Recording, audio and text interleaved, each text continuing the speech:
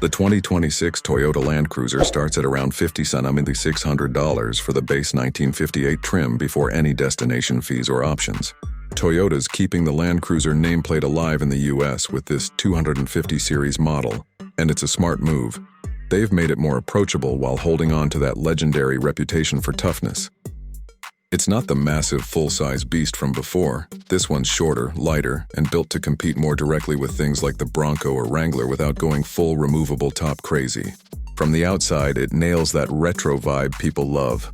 The 1958 trim especially, with those round LED headlights and simpler grille, feels like a nod to the old FJ40 without being a cartoonish copy. The higher trims get rectangular lights and a bit more chrome, but overall it's boxy, upright, and muscular with good ground clearance. Black plastic cladding that actually looks purposeful, and those roof rails ready for racks or lights. It's not flashy, but it commands respect on the trail or in traffic. Inside, things are solid but not over-the-top luxurious. You get durable materials that should hold up to real use. Think easy-to-clean surfaces and seats that feel supportive for long drives. The 1958 keeps it basic with cloth and manual adjustments, which some folks will appreciate for the no-nonsense feel, though it can come across a little cheap compared to the pricier trims. Step up, and you pick up synthetic leather, heated and ventilated seats, a bigger touchscreen, and nicer touches overall.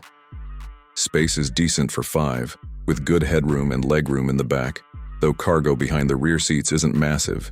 It's more practical than a 2-door off-roader but won't swallow huge loads like a full-size SUV. On the road, this thing drives surprisingly well for what it is. The ride is cushioned thanks to the body-on-frame setup, soaking up bumps better than you'd expect from something this capable off pavement.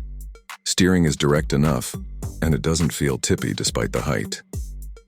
The hybrid turbo 4-cylinder, 326 horsepower and a healthy 465 pound-feet of torque gives it plenty of pull from low speeds, and the 8-speed auto shifts smoothly. Fuel economy lands around 22-25 mpg combined, which is respectable for a full-time 4WD rig with this much capability.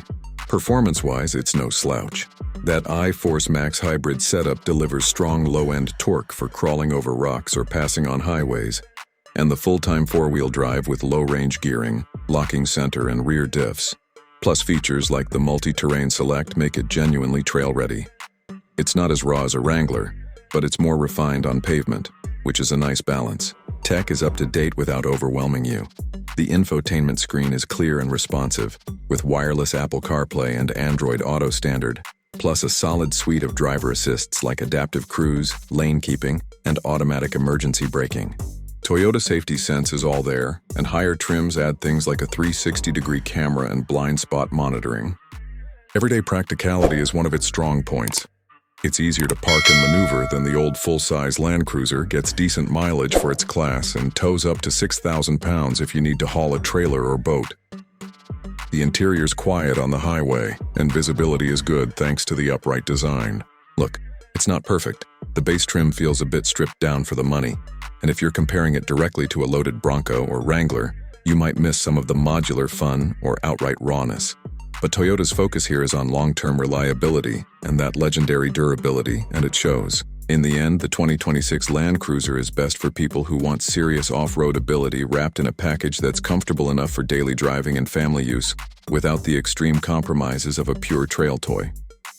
It stands out in the segment because it combines Toyota's bulletproof reputation, modern hybrid power, and that iconic look at a price that's way more accessible than the previous generation. If you're after something that'll last forever, tackle tough trails, and still feel good on the commute, this one's hard to beat.